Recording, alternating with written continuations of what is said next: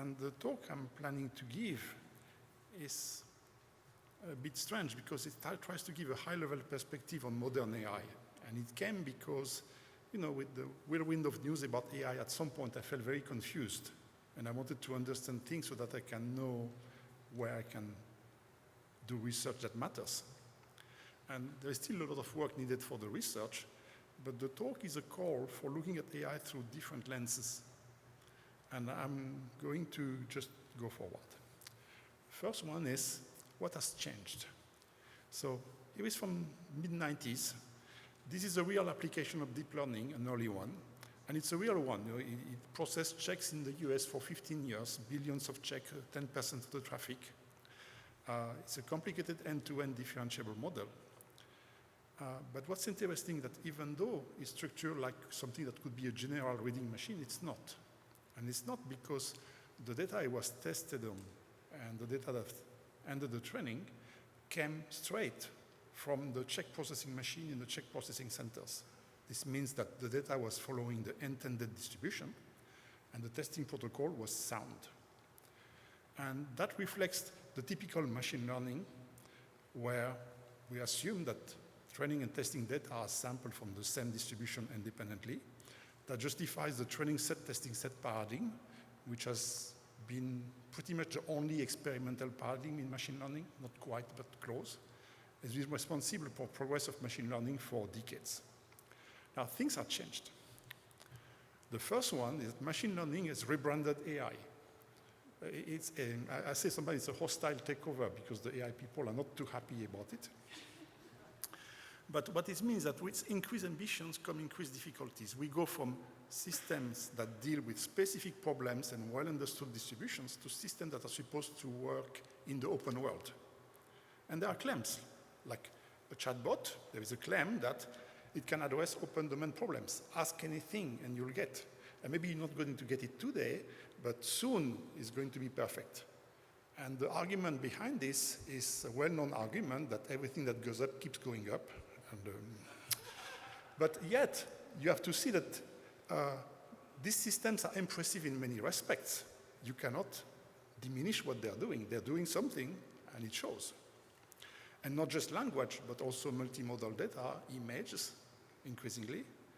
And a lot of the things I'm going to say about language, you can try to extend it to sequence of images, sequence of percept, sequence of internal representations. I'm just saying language, but it's more.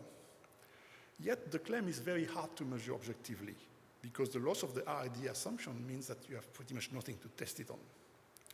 So let's look at the story. Statistical language modeling was introduced by Shannon in '48. And Shannon was cautious.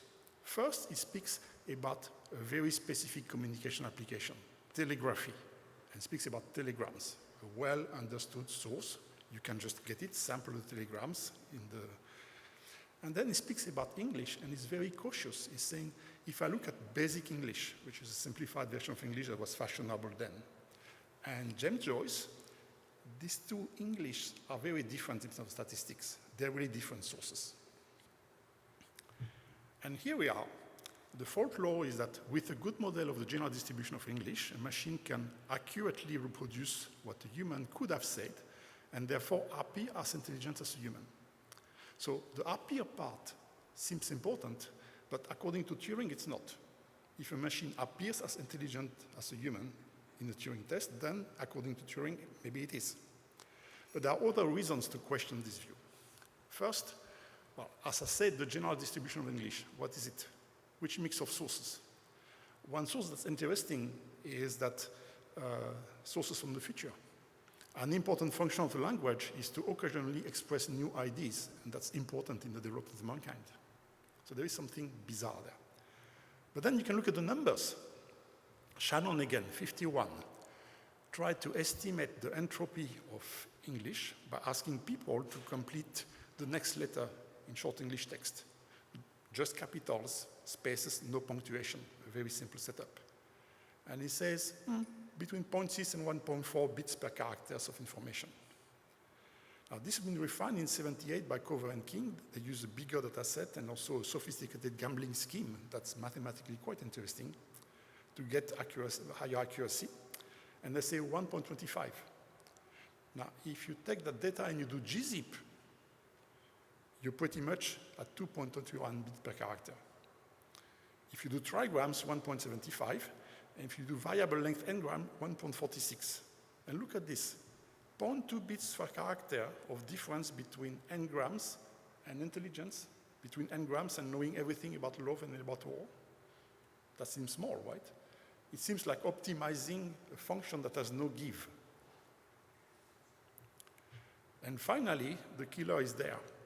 We don't sample pieces of text from an urn. We don't have access to a distribution. All the text we have come from following some graphs, let's say an internet graph, a citation graph, something like this. Or maybe suppose you're in a library, you're in the section about the books about love, and you're reading books about love, and you get Dr. Zhivago. And when you get Dr. Zhivago, suddenly you're starting to think about books about war, because it's a book about both. So we're sampling with a Markov chain sampling scheme that mixes very poorly. Or you can say, well, we're a big Silicon Valley company, we're powerful, we can do multi-stop sampling, multiple chains, we'll find the true distribution. And it doesn't matter at all, because none of the users is going to do that. So everybody is seeing a different apparent distribution, because they're not sampling to the point where the Markov chain mixes. So keep that in mind. And see also what it means for measuring performance. Benchmarking, it's terrible. So the distant tail. Assume now that we have a real statistical model, an almost perfect one.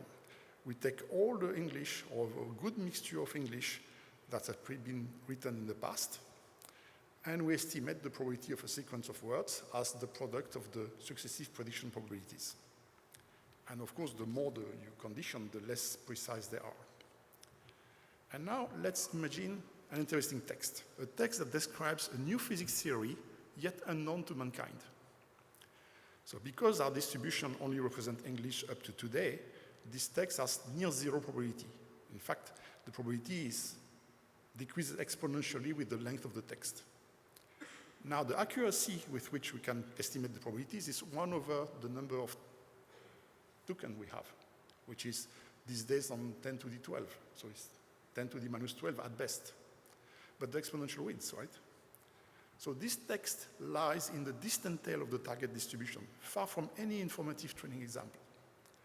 So if we were to predict with only the assumption that we model the distribution as well as we can, we would write the probability of a word given the previous words as the ratio of two probabilities which are nearly zero and are not known with great accuracy anyway. 0 over 0 means anything. So the argument that this is a statistical modeling machine doesn't hold. Because we pretty much know what's happening if you do something like that with a language model. You know, we have plenty of experience trying to complete scientific text, and the machine gives you something grammatically correct that superficially makes sense, with a very assured tone, and usually completely wrong. And in fact, for this particular text, the theory that's from the future, it has to be wrong, because the theory might depend on facts that are totally unknown to mankind. So it has to be fiction. In fact, you can test the same thing with fiction. So this is a very amusing game with LLMs. It's one I love. You start with a small story, and you ask the LLM to transform it. Put it in the past, add this detail, add this other detail, change this. Now put it in German, and put it back into French, and back into English, and do something. And slowly, you can move the text as far as you want. You can invent crazy words, crazy characters. And some of these texts clearly are in the distant tail. And still, they make some sense. And this cannot be accounted by just saying this is a statistical model. You're too far from the data. The reason why this works is because despite the absence of meaningful statistics in the distant tail, we can still rely on something, which is that language as a structure, as something that's called a compositional structure. And for this, we can go back to the structuralists. So Zelig Harris, I call him the last structuralist because he was at the turning point. In structural linguistics, each language is a set of discourses, and it's shaped with regular structures that can be discovered from examples. Discovered because language is designed to be learnable. We have to learn it, right? Later, this changed to something more formal, like Chomsky argued for separating very strongly grammar and semantics and being extremely formal, and there was a big progress in terms of formal grammars, extremely useful for writing compilers, for instance, but not really for large language modeling. It cannot be explained that way, right? So let's go back. Zelig-Harris, 1968. Mathematical structures of language. When he says structure, he really means mathematical structure, algebraic pretty much. The set of discourse is described by basic forms and successive sentence transformations that can be discovered. So Harris described discovery procedures, manual things, and constructs a set of basic forms, like 12, I believe, and transforms 20 types that accounts for the grammar of English. It's called the operator grammar. Now, if you add semantics into this, because when you do a transform, you change a place, you change a subject, you do something semantic as well. And you could decorate it even more by saying that what you can do with a dog is not the same thing as what you can do with a tomato. The transforms are not the same. Well, you get an amplification, more transformation, more types of transformations, but you go from 20 types to, what, 10 to the 5, like a rough estimate of what the current LLM can do. Numbers add up somehow. It's reasonable. So the key here is to find a machine that can take actual text and discover such kind of structures in the set of discourses. And this is where something a bit strange, because we knew that was important, and we tried to do that for decades with no success. And suddenly we have these decoding transformers that seem to achieve the feat, not by design, but by chance. They don't do it very well, because they need inhuman amount of training data. We do it much faster as humans. And we barely understanding why. And for me, this is something that's worth researching. And I can tell you what my intuition is before going to something else. In the classical perspective, the statistical one, each text fragment follows the same distribution condition on the previous text. We construct a general language model, a deep one, and we get internal representations that are going to magically help us. A different perspective is to say that every piece of text follows its own distribution. Remember, everybody sees a different one. But all these distributions share the same structure. And so, if we find models that quickly adapt to new text distribution, then they have to do it by discovering something about the structure. That's the idea. So it's a slight shift on how you're looking at the statistics. And well, my hopes are there. We'll see how it goes. Now, let's go to the fiction machine.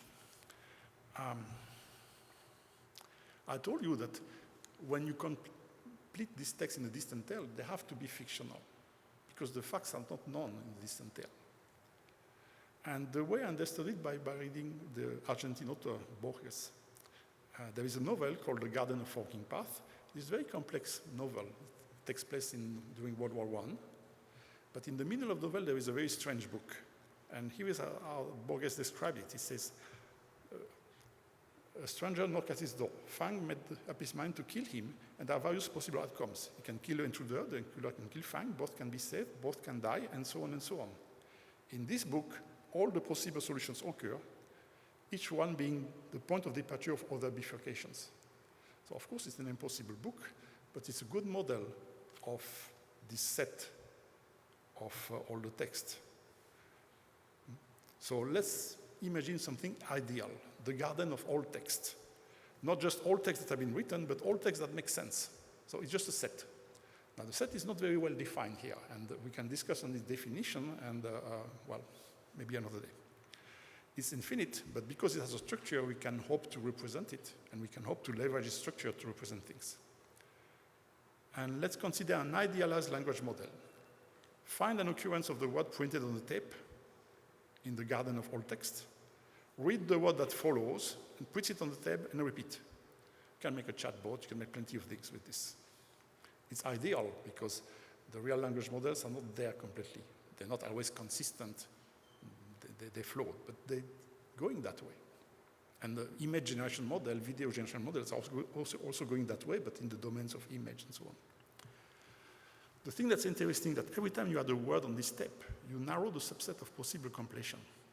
Each addition contains the story, the characters, their role, their IDs, their future, and at the same time have a starting point for more forks. And so if you have a machine like this, one thing to understand immediately is that the only constraint are the narrative demands of what's already on the tape. So it's a machine that knows no truth, doesn't have intention. It only obeys narrative necessity. It's a pure machine in that respect. So the ability to recognize the demands, the narrative demands of a text is a knowledge distinct from the truth. Because what is true in the world of the story need not be true in our world. And when new words happen, the machine can borrow facts from the training set, which are true maybe, because it's internet, so not everything is true. Fill the gap with plausible inventions, which are not always false, because sometimes, yeah. And so people call these hallucinations. I call them confabulations, together with this guy, Milich, who wrote it first. But an interesting thing is the notion of world. And for this, you can go to David Lewis, a philosopher in Princeton in the 70s. And he has an interesting paper called Truth in Fiction that starts with asking whether the following assertion, Sherlock Holmes lives on 221B Baker Street, is it true or false? You can say it's false because Sherlock Holmes doesn't exist, right? But it's truer than saying it's a bit in Italy. And Lewis proposed to consider truth in multiple words by adding, in the fictional world of the Sherlock Holmes books, blah, blah, blah, blah, blah, blah, and then you can be objective about truth. But when you do this, you're starting to have the possibilities to create assertions that span several words. For instance, you can say, if kangaroos had no tails, they would topple over, which means that in words that resemble ours except for that fact, I would have those consequences. And you start thinking about counterfactuals. And so counterfactuals and causation, except that in the case of Lewis, he was mathematically inclined. He went into modal logics. So basically, that's the origin of the modal logics, which is a way of organizing logic that's richer than Boolean logic, and yet necessary to understand causation. So let's go back to this fiction machine. So a perfect language model, and the ones we have are not perfect, is a machine that prints fiction on the tape. And bait and switch, alert. We have been sold an AI worthy of science fiction. It's perfect reasoning, encyclopedic knowledge, urban manners, guaranteed reliability. It's not the fiction machine, right? What we're being sold is not the fiction machine. But if you look closely, you can already see that there are two different kinds of AI application. In some, the machine is a creative assistant, writes passable poetry, job application, Dungeons and Dragons scenarios, cool-looking pictures, and users save time but have to check. The final check is on the users. And then you have the talking encyclopedia model, which is a kind of search engine on steroid, and this is why it's very interesting to companies like, search engine companies like Microsoft or Google, of course. They're able to reliably give useful information about anything, solve high school math problems, make reliable travel plans, not send travelers, real travelers, to fictional resorts, for instance. Handle consumer relations, and the users must be able to trust the result. And you have a lot of liabilities issues that come with them. And of course, the first one is suitable for a fiction machine, and for the second one, people speak of aligning the machine, aligning them to do what we want them to do, whether it's not what they want to do. So alignment. What is happening today? So training LLM as a statistical language model is now called pre-training. There's a pre-training division in the corner of Facebook in the people doing the llama, and there is the real training. And the real training is based on supervised data. You essentially ask people to label various possible answers as preferred or not, and you try to fine-tune the model to output the preferred answers. And the goal is to make the chatbot answer more truthful, affable, actually sellable. It's a bit about that yet. And of course, you have a research about jailbreaking these systems. It's sort of natural. So let's take the garden of all text and change it a little bit. So simplify, just true instead of sellable. Let's consider the garden of all true text, not just all text that's been written, but all texts that are true in our world. What about its compositional structure? So let's say change tense no, it might not be true anymore. Change subject, or it might not be true anymore. Change place, it might not be true anymore. Change a word, or maybe, it depends. So what about the distant tail? Sentence manipulation do not usually preserve truth. Like if you say, during the 1955 robbery of Agloé, the robbers left with a powerful yellow car, you can change it to a powerful red car, it's still a good sentence. But only one of them is useful to the police. So that means that the model that aligns needs to know countless facts. And I call this the curse of alignment. The set of true text has a much weaker structure than the set of all text. In the distant tail, the aligned machine can no longer rely on this compositional structure. It means that it only gives what it's been trained on. There's a very nice essay that you can read that's called Stone Soup AI by Alison Gopnik. It's very funny to read. It's very short and funny. It's a good read. But it's not a catastrophe for businesses because with enough engineering and everything, we'll be able to identify nice verticals and build an aligned machine for these verticals, but it's costly. Well, the fiction machine gives more than what is already trained on. And that's interesting. That makes it an interesting object of study. And again, stop, not so fast. Can't we use deductive logic to expand known facts into new facts? Maybe the aligned machine, you can use deduction and do that. So let's see. Laundry reasoning, that was GPT-4o a couple months ago. Now they hammered it out by alignment, so it doesn't work anymore. And so I cannot even read it. So basically it's about the time it takes to dry a certain number of shirts and pants, knowing each one. And the model is very interesting, but it applies the wrong reasoning template. It multiplies the time it takes to dry each of them in the sun and add them. I can't read myself, it's too small here. Basically, it says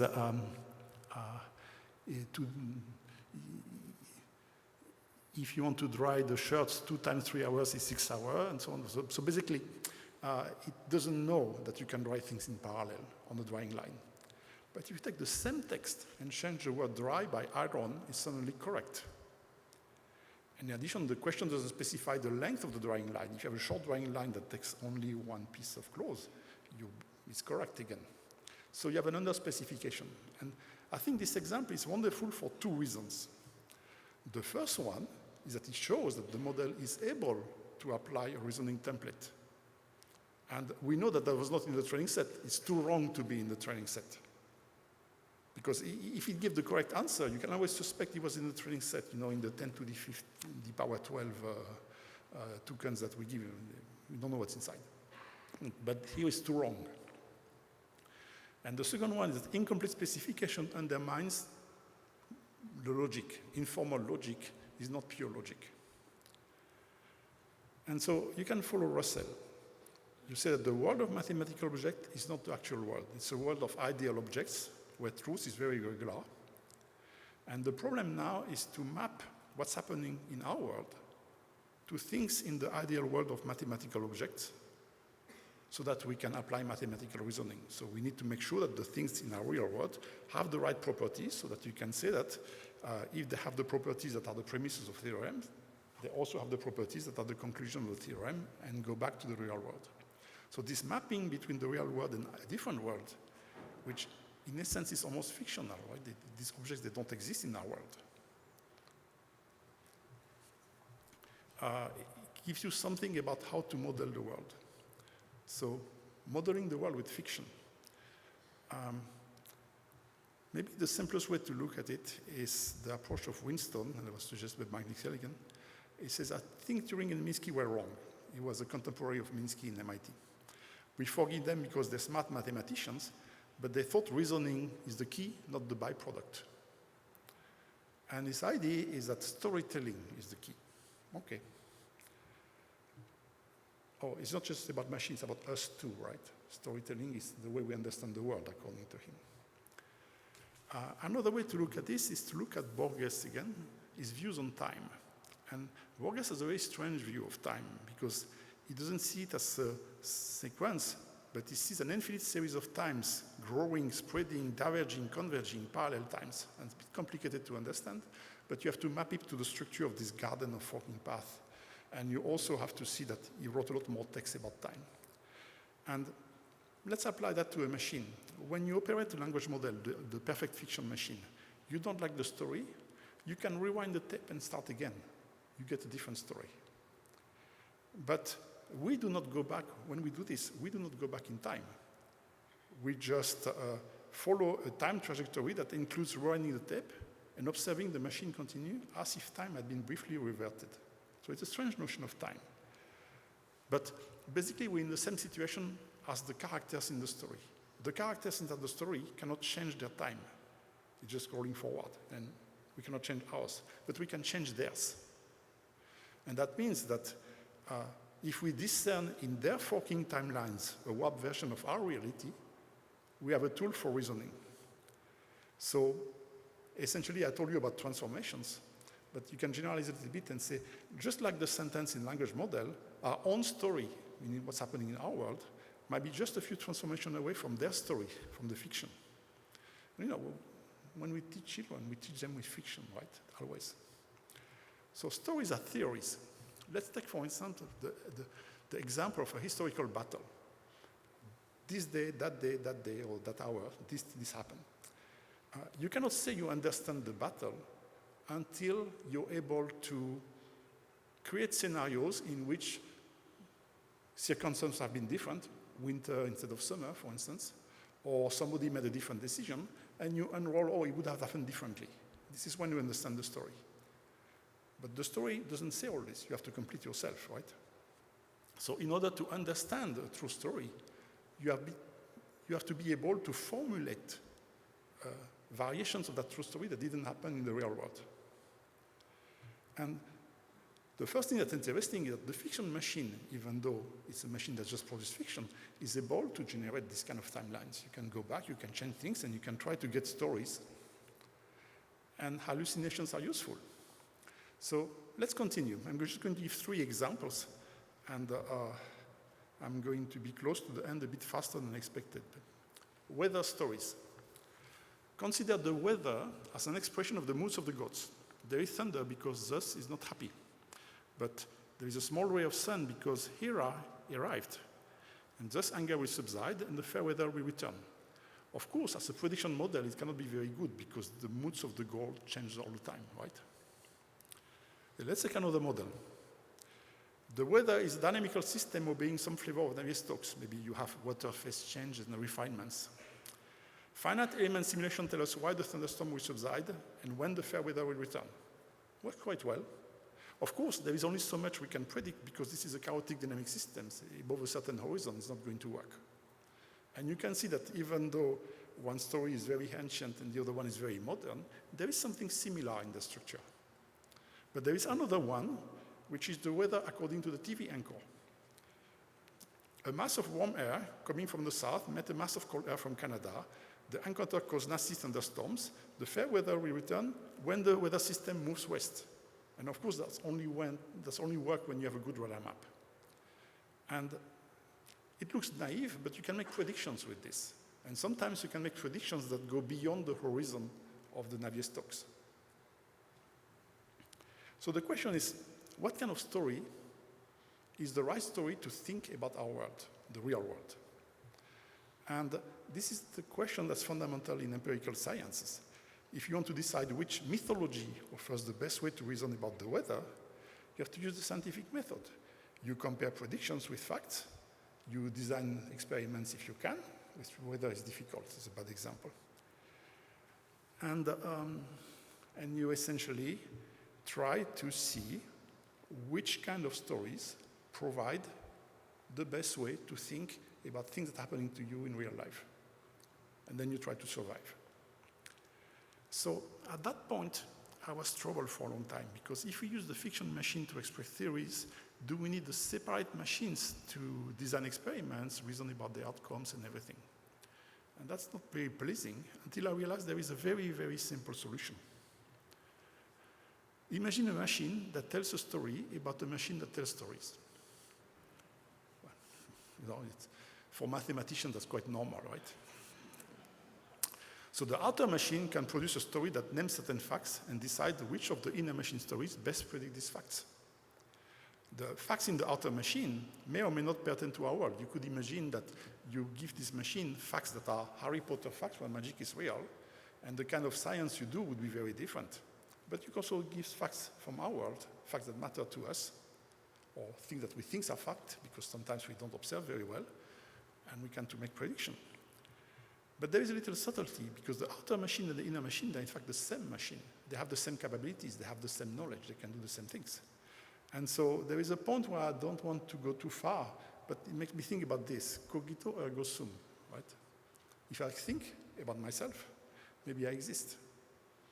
I'm not sure about this. I sort of put it there because I thought it's amusing, but I don't have enough elements to be convinced. But it's amusing to see that conscience might be just the result of necessity, not the result of something complex. So my conclusion is in two parts. So my message is it's interesting to look at this machine not like super intelligence in the making, just fiction machines. Just narrative necessity. It's already very interesting because we grasp the world through fiction. So if we nail a machine that does narrative necessity, we have something extremely interesting in our hands.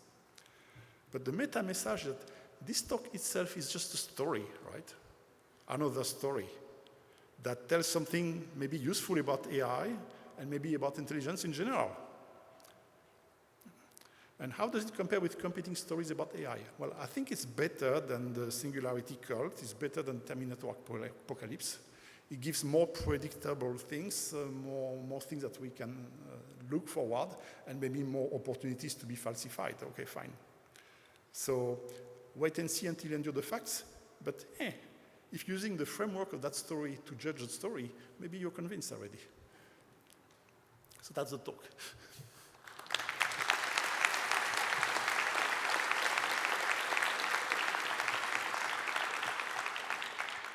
We'll take questions from the two mics alternating, so please go up to mic if you have a question.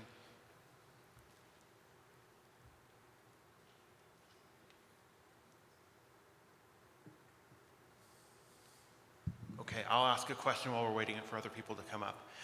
You talked about fiction machine with actual fiction. Can you comment about, say, privacy issues related to that? Because artists and novelists and other creators are really up in arms about that.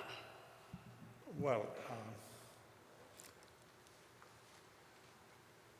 first of all, I think we're training these machines on huge quantities of data that we don't control, that contain things we don't want out. It's a bad idea, right? We don't educate children by showing them everything that's on the web, everything that's on the internet. We choose. So the first step of privacy would be to choose that we don't put inside things that we regret. The second one is that there is something about memorization in there, and to the best of my understanding, these machines do not memorize in a strict way. They break things in very small pieces, and they memorize the small pieces, and they memorize all those pieces go together, and all the group of pieces go together again, so that you can change and rearrange them. And to some extent, this is also what we're doing too. Now, you know a lot of private stuff about people, and you know better than to say them to everybody. So if you get the other part, the machine about the machine, you can sort of learn that maybe you shouldn't do that. This is my hope, at least. Thank you for the great talk. You mentioned these machines, large language models, as fiction machines, but now we are using them in health data, predicting gene expression, protein expression. So I was wondering if you think this approach is correct to use these architecture for tabular data, and do you think these big language models are learning some sort of like physical laws of the system by this kind of like autoregressive architecture? Well, at some point we had the big surprise, for instance, by discovering that language models applied to, let's say, protein data were able to do a lot of very interesting things.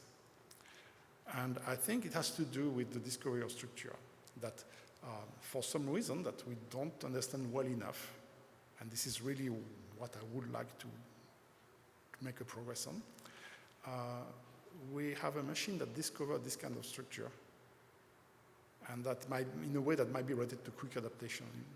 And discovering a kind of structure, if the structure is regular enough, it's just not language that has structure. Plenty of things have structure. And when I say language, I could see like before language, you can say that an animal experiences a bunch of perceptions. And the perceptions depend on what they do, but there is a structure. They can come back to the same place and see the same things. There is a structure there too.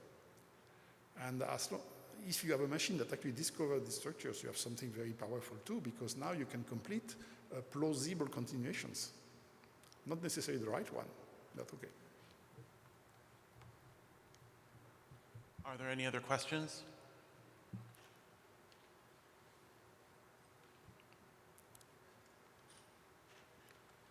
All right, so actually this is part question, part comment. So you, at some point, you somewhat look at distinction between understanding grammar structure and semantics. Now, in a language translation, in the context, I think semantic cannot be completely separated from the syntax and the grammar of the language. So don't you see in translation, which is perhaps not as well, not so successful in, I don't know, anyway. Don't you see in translation a way to gain more? I would challenge that translation is not necessarily semantic. Like I'm going to give you examples. You have the Tales of Edgar Allan Poe. They've been translated in French by Baudelaire, who is a very famous poet. Maybe a couple notches above Edgar Allan Poe in terms of writing. And he took a lot of liberty in translating, just sometimes fusing characters. But it's still a translation. It's still the same spirit. It's still the same idea. But it's been a lot more successful in French than in English, surprisingly.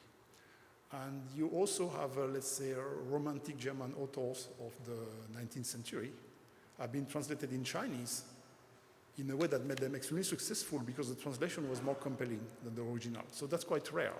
But that tells you that the act of translating is not neutral from the semantic level. A good translator is able to translate and also cast the story in the culture, in the cultural background of people in the target language. And sometimes when they do that well, they actually improve the work. That's quite rare, but happens. So I would say that translation is an example of that the separation between syntax and semantic is strict. And when I speak about the separation between syntax and semantic, it makes sense in English, right? In Chinese, it makes a lot less sense, if you think about it. The grammar is a lot more semantic-oriented with specificatives that are very specific for certain semantic concepts, rather than just syntactic constructs. Okay, no, I mean, my comment was in part that at some, maybe intuitive level, I see like aligning different languages, right, as a way to discover semantic properties through some type of machine, right? So in a way, that's a point, because if you want to align, say, English text, Chinese text from different culture that describe the same content, say a scientific text, that's a way. There could be a way to discover semantic content. There is a field of study about this. Like in the 70s, people tried to do PCA applied to notes that people gave to 200 words. It was the first 200 words of the Bible that were not grammatical words on proper name. And when you do a PCA, the first axis is not interesting, it's good or bad. The other 7 axes are pretty much stable in Europe, describing about the same thing in different languages.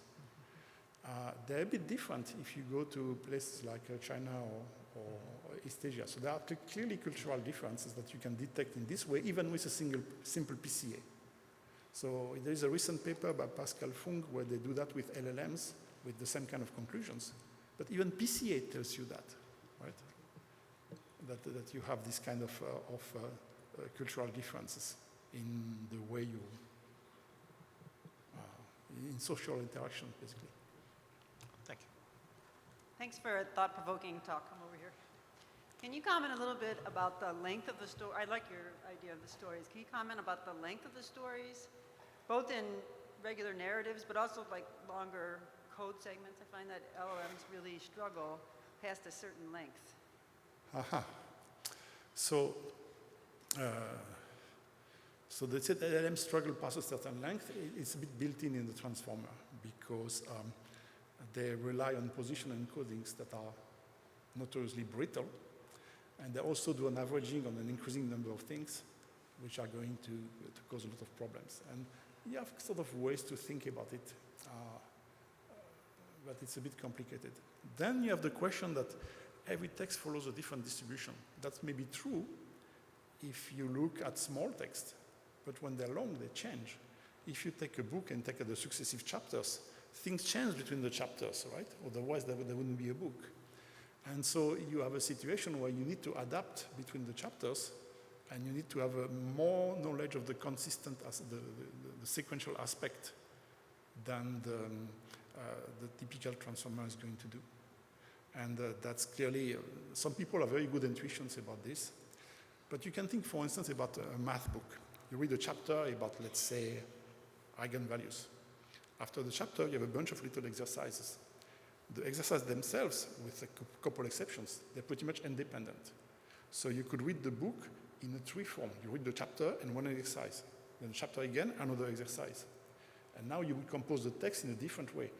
All these models are trained by taking snippets, and you have a collection of snippets. You make a big bag of snippets without any structure, but in fact, they're organized.